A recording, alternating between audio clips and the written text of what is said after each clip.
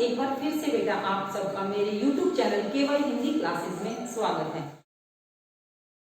पिछली बार हमने वचन के बारे में पढ़ा था। वचन क्या होते हैं, किसे कहते हैं वचन, इसके कितने भेद होते हैं और एक वचन से बहुवचन बनाते समय हमें किन किन नियमों का पालन करना चाहिए।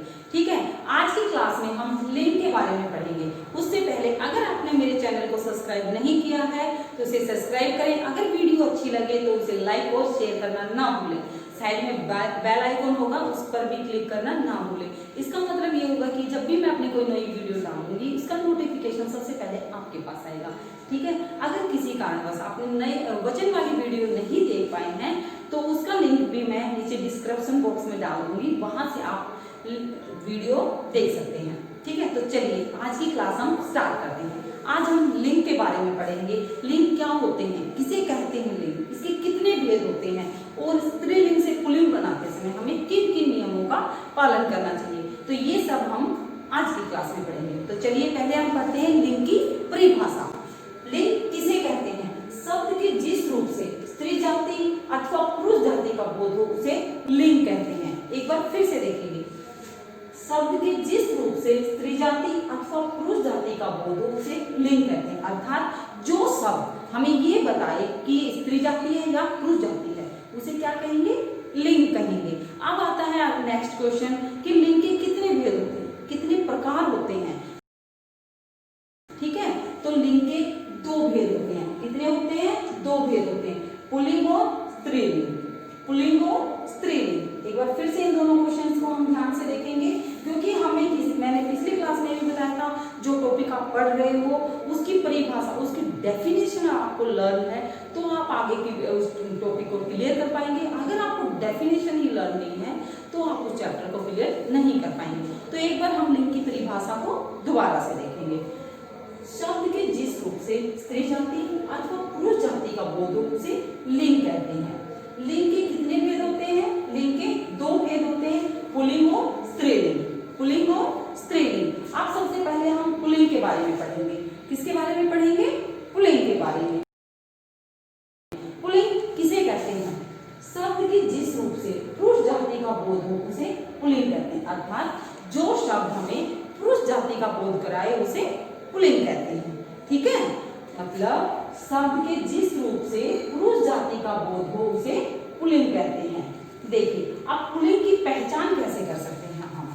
अगला क्वेश्चन हमारे पास आएगा कि मैम हम पुल्लिंग की पहचान कैसे करें, कैसे पता चलेगा कि ये शब्द पुल्लिंग है और ये स्त्रीलिंग है। तो सबसे पहले हम पुल्लिंग की पहचान देखते हैं। पुल्लिंग की पहचान देश, ग्रह, द्वीप, महाद्वीप, सागर, पर्वत, वृक्ष, समय, दिन, महीने, अनाज, धातु, पदार्थ, शरीर के अंग, ये सब पुल्लिंग के अंतर्गत आते हैं। ठीक है, ये जो देश, ग्रह जो मैंने बोला है ये सब पुल्लिंग के अंतर्गत आते हैं। ठीक है, आप देखते हैं देश में कौन कौन से देश, जैसे देखिए देश में भारत, अमेरिका, नेपाल आदि, मतलब जो भी देश हैं वो पुल्लिंग के अंतर्गत आएंगे। क्लियर है। ठीक है, ग्रह मंगल, सूर्य, चंद्र, राहु, केतु, शनि, बुध आदि ये पुल्लिंग के अंतर्गत आएंगे। हाँ, इसके अलावा अपवाद, अपवाद का अर्थ है बेटा कि इनके अलावा इसके अंदर जो पृथ्वी ग्रह है वो स्त्रीलिंग के अंतर्गत आता है। ठीक है, सभी ग्रह पुल्लिंग नहीं होते, इसके अलावा जो पृथ्वी ग्रह है वो स्त्रीलिंग में आता है। ठीक है, बाकी के ग्रह किसमें आएंगे, पुल्लिंग में आएंगे, लेकिन जो पृथ्वी ग्रह है वो किसमें आता है, स्त्रीलिंग में आता है।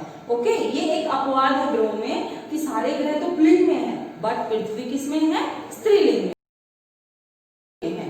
चलिए आगे हम देखते हैं द्वीप, जैसे एशिया, ग्रीनलैंड आदि, ये द्वीप किसमें आते हैं, सभी द्वीप पुल्लिंग में। ठीक है, अभी हमने देखा देश, ग्रह और द्वीप। ठीक है, ग्रहों में अपवाद है, जो कि पृथ्वी है वो स्त्रीलिंग में आता है। इसके अलावा सागर, हिंद महासागर, लाल सागर आदि जो भी सागर हैं वो किसमें आएंगे, पुल्लिंग में आएंगे। ठीक है, जो भी सागर हैं वो किसमें आएंगे, पुल्लिंग में आएंगे। नेक्स्ट हमारे पास है पर्वत, हिमालय पर्वत, एवरेस्ट, नीलगिरी आदि जो भी पर्वत हैं वो भी किस में आते हैं, पुल्लिंग में आते हैं। क्लियर है।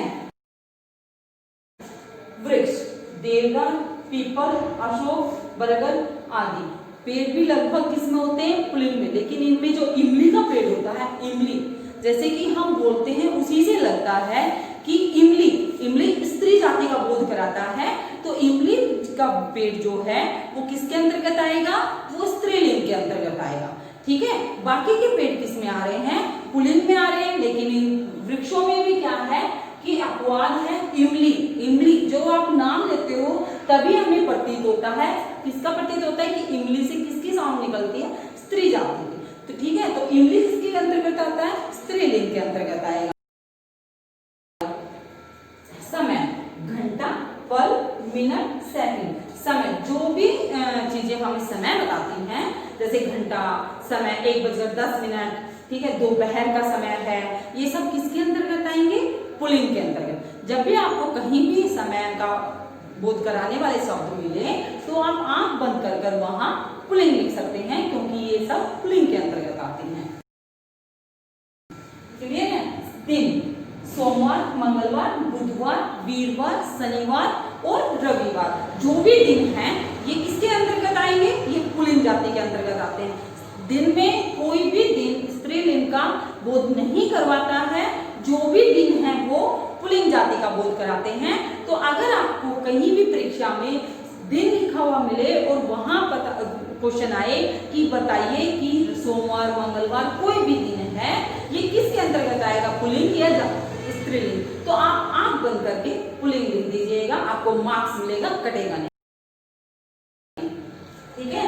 नेक्स्ट है महीने, फरवरी, मार्च, चैत्र, वैशाख आदि। अब आप कहेंगे मैम फरवरी मार्च तो हमने सुना है, चैत्र और वैशाख हमने नहीं सुना है। बेटा फरवरी मार्च है जो ये अंग्रेजी मतलब इंग्लिश के महीने हैं, चैत्र और वैशाख हमारे हिंदी महीने हैं। ठीक है। तो जो फरवरी, मार्च, चैत्र, वैशाख आदि ऐसे महीने हैं जो पुल्लिंग के अंतर्गत आते हैं, इसमें भी अपवाद है। जो जनवरी, मई और जुलाई, जैसे आप फिर से रिपीट करेंगे, जनवरी, मई और जुलाई, जैसा कि हम बोलते हैं तभी प्रतीत होता है कि ये कौन सी जाति का बोध करवा रहे हैं, स्त्रीलिंग का। ठीक है। तो इस महीनों में भी अपवाद है। जो ये 3 महीने हैं ये स्त्रीलिंग के अंतर्गत आते हैं, बाकी महीने हैं वो पुल्लिंग के अंतर्गत आएंगे। ठीक है। आगे देखेंगे हम अनाज। जो अनाज हम खाते हैं, जो हम खेतों में बोते हैं, जैसे गेहूं, बाजरा, चना, जौ आदि, ये किसके अंतर्गत आते हैं, ये पुल्लिंग के अंतर्गत आते हैं। ठीक है। और ये सब अनाज आपने देखे होंगे, आपके पापा, दादा, चाचा सब खेतों में बोते भी हैं, गेहूं, बाजरा, चना, जौ आदि। लेकिन इनमें भी अपवाद है। मक्का, ज्वार, अरहर, मूंग, ये किसके अंतर्गत आएंगे, ये स्त्रीलिंग के अंतर्गत आएंगे। ठीक है। जो जैसे कि मैंने पहले बताया, अनाज, बाजरा, चना, जौ आदि ये किसमें है, ये पुल्लिंग के अंतर्गत आते हैं, और मक्की, ज्वार, अरहर ये स्त्रीलिंग के अंतर्गत आते हैं। ठीक है। नेक्स्ट है धातु, सोना, लोहा, पीतल, तांबा आदि। जैसे कि सोना जो जिसके हम गहने बनाते हैं, लोहा जिसके कुल्हाड़ी, ठीक है, कस्सी ये बनाई जाती हैं, पीतल बर्तन बनते हैं, तांबे के भी बर्तन बनते हैं। तो ये धातुएं, चारों धातुएं किसके अंतर्गत आती हैं, पुल्लिंग के अंतर्गत आती हैं। इसमें अपवाद है चांदी। चांदी धातु है ये स्त्रीलिंग के अंतर्गत आएगी, जो चांदी है वो स्त्रीलिंग के अंतर्गत आएगी, और बाकी किसमें आएंगे, पुल्लिंग में। नेक्स्ट है पदार्थ, जैसे घी, दूध, पानी, तेल, कोयला आदि, ये किसके अंतर्गत आते हैं, पुल्लिंग के। और हाँ, पेट्रोल जो हम अपने बाइक, स्कूटी, कार इत्यादि में डलवाते हैं, तो वो भी किसके अंतर्गत आता है, पुल्लिंग जाति के अंतर्गत आता है।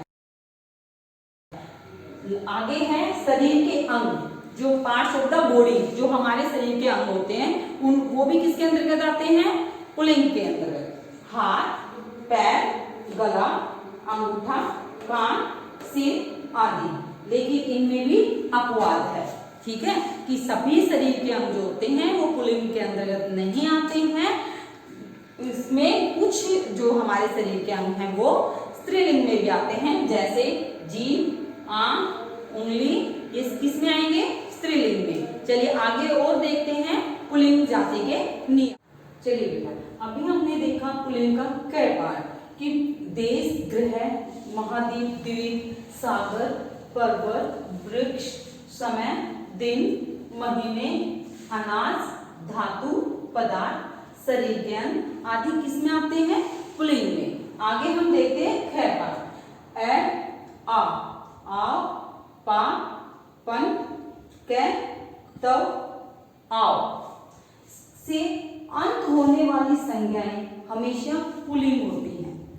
जो मैंने अभी आपको बताया, ए, आ, औ, पा, पन, क, तो, आ, आओ से जो संज्ञाएं, मतलब जो भी शब्द इनसे एंड होता है, जिन शब्दों का इनसे एंड होता है, वो शब्द किस में आएंगे?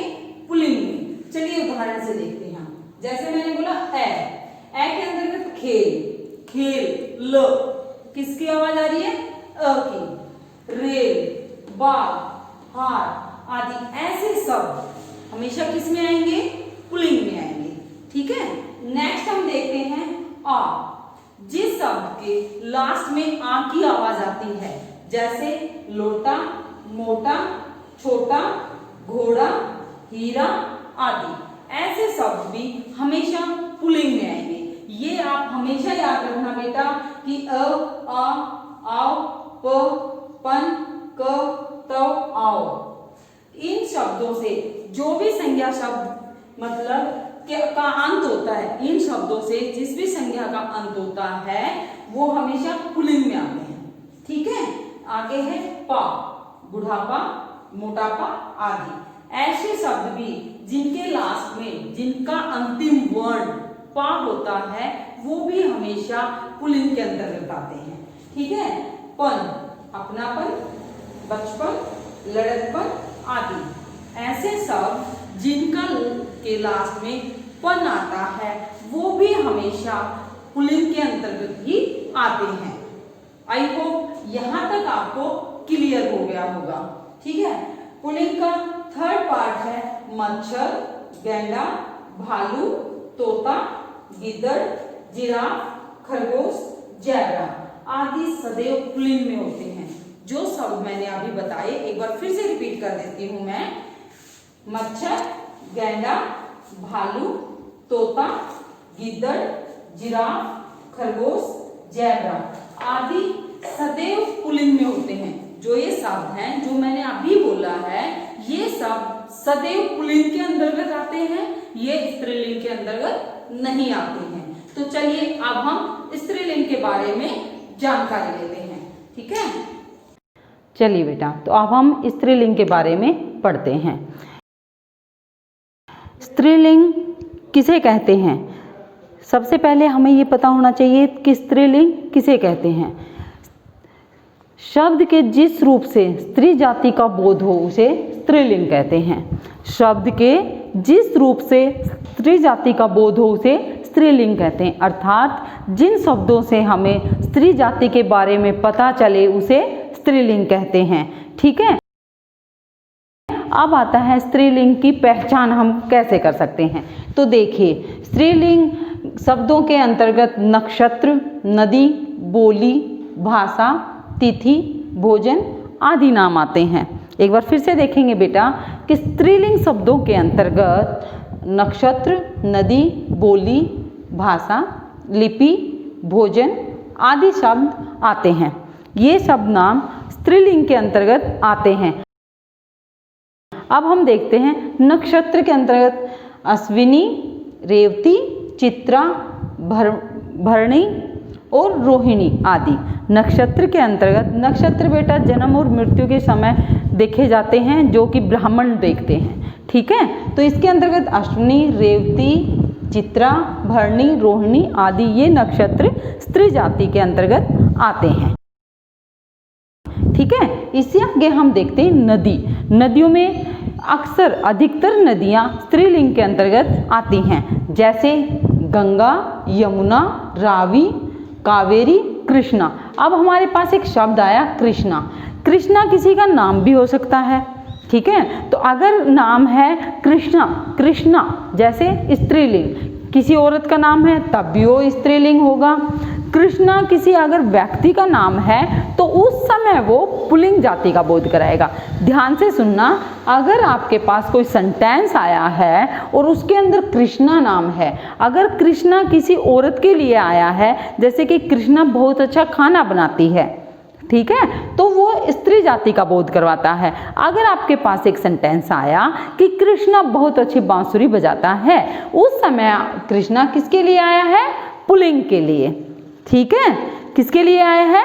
पुल्लिंग के लिए। और अगर आए कि कृष्णा नदी बहुत विशाल नदी है, ठीक है, कृष्णा नदी बहुत विशाल नदी है, तो उस समय भी कृष्णा किसके लिए आया? नदी के लिए। और नदी किसके अंतर्गत आती है?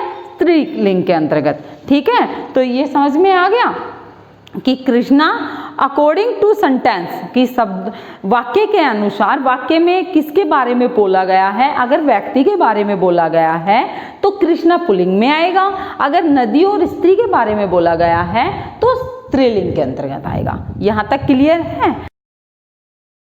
चलिए आगे हम पढ़ते हैं बोली। नदी के नक्षत्र और नदी के बाद आता है बोली। मेवाती, ब्रज, खड़ी बोली, बुंदेली आदि, जो लगभग जो बोली होती हैं वो स्त्रीलिंग के अंतर्गत आती हैं, ठीक है।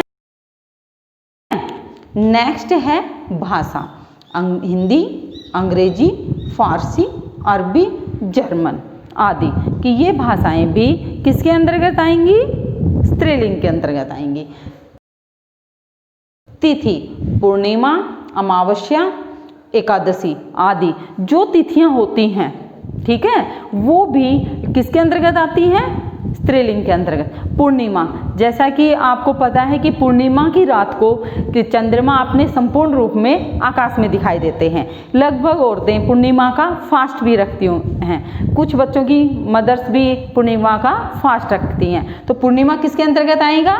स्त्रीलिंग के अंतर्गत। अमावस्या, जो कि हम हिंदू धर्म में लगभग लोग महीने में एक बार अमावस्या जरूर निकालते हैं, तो अमावस्या किस में आएगा? स्त्रीलिंग में। एकादशी, दशमी, नवमी, द्वादशी, ये किसके अंतर्गत आती है तिथियां? तिथियां भी बेटा स्त्रीलिंग के अंतर्गत आती हैं, ठीक है। आगे है भोजन।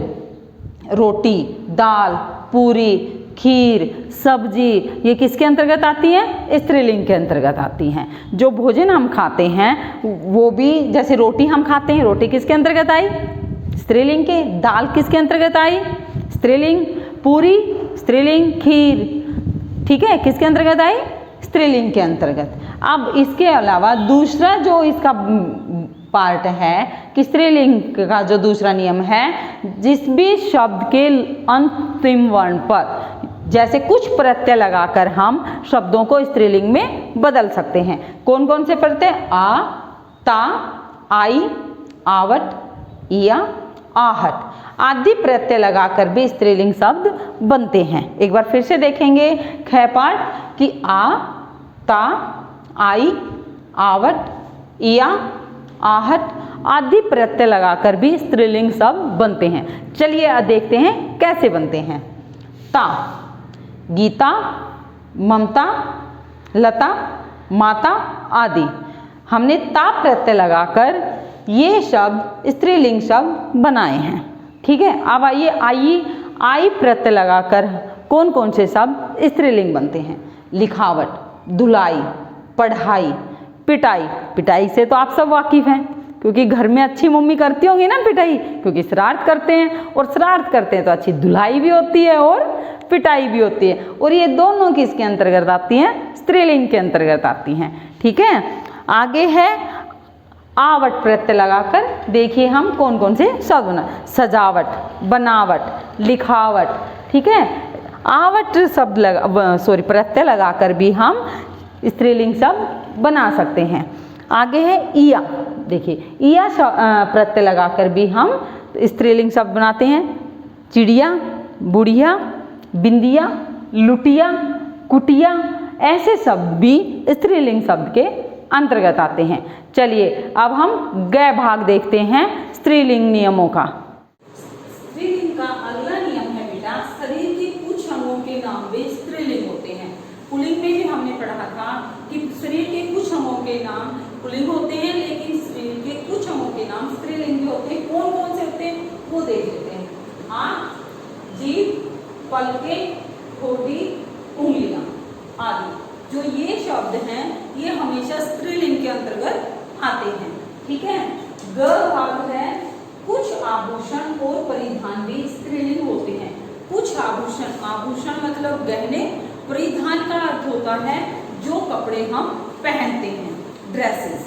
ठीक है, तो ये भी किसके अंतर्गत आते हैं? स्त्रीलिंग के अंतर्गत आते हैं। आप पुल्लिंग में हमने पढ़ा था धातु, मतलब उसमें सोना, चांदी, लोहा, ये चांदी किस में आई थी? स्त्रीलिंग में। सोना, लोहा, पीतल, तांबा किस में आया था?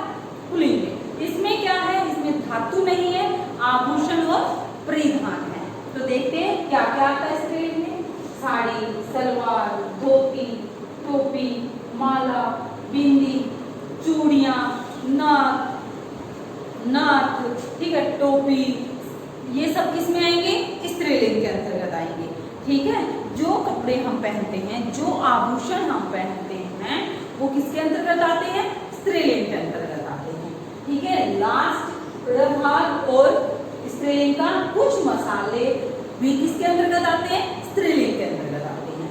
कि जो लास्ट पार्ट है स्त्रीलिंग की पहचान का, तो वो क्या है कि इसमें कुछ मसाले हैं जो किसके अंतर्गत आते हैं? स्त्रीलिंग के अंतर्गत आते हैं। तो चलिए देखते हैं कौन कौन से मसाले हैं। दालचीनी, लौंग, इलायची, हल्दी, मिर्च, सौंफ, चीनी, चाय, कॉफी आदि, ये जो मसाले हैं ये किसके अंतर्गत आते हैं? स्त्रीलिंग के अंतर्गत आते हैं। ठीक है, तो एक बार फिर से देखिए, शरीर के कुछ अंग होते हैं जो पुल्लिंग में आते हैं, कुछ अंग होते हैं जो स्त्रीलिंग में आते हैं। ठीक है, जो कपड़े हम पहनते हैं, जो आभूषण हम पहनते हैं, वो जो परिधान हम पहनते हैं, कुछ किसके अंतर्गत आते हैं? स्त्रीलिंग और कुछ पुल्लिंग के अंतर्गत। कुछ अच्छा, अब एक ध्यान देने के लिए बात है, ध्यान देने योग्य बात है कि कुछ ऐसे शब्द होते हैं जो पुल्लिंग भी होते हैं और स्त्रीलिंग भी होते हैं।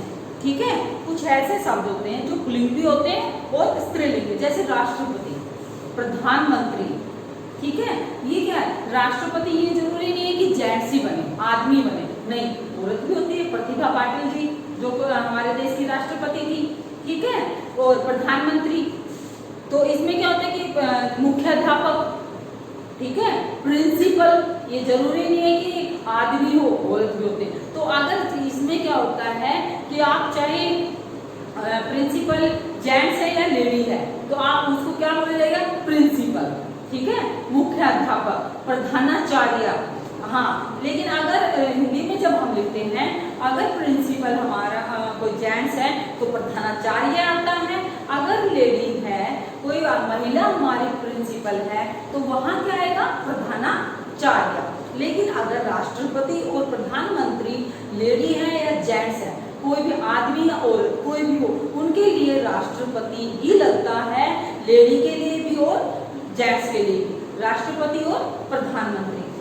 आई होप, आशा करती हूँ कि आपको लिंग की परिभाषा, लिंग के कितने भेद होते हैं और उन दोनों की पहचान अच्छे से समझ में आ गई होगी। अगली क्लास में हम पुल्लिंग से स्त्रीलिंग बनाने के नियम पढ़ेंगे। तो चलिए फिर मिलती हूँ अगली क्लास में। अगर वीडियो अच्छी लगे तो लाइक और शेयर करें।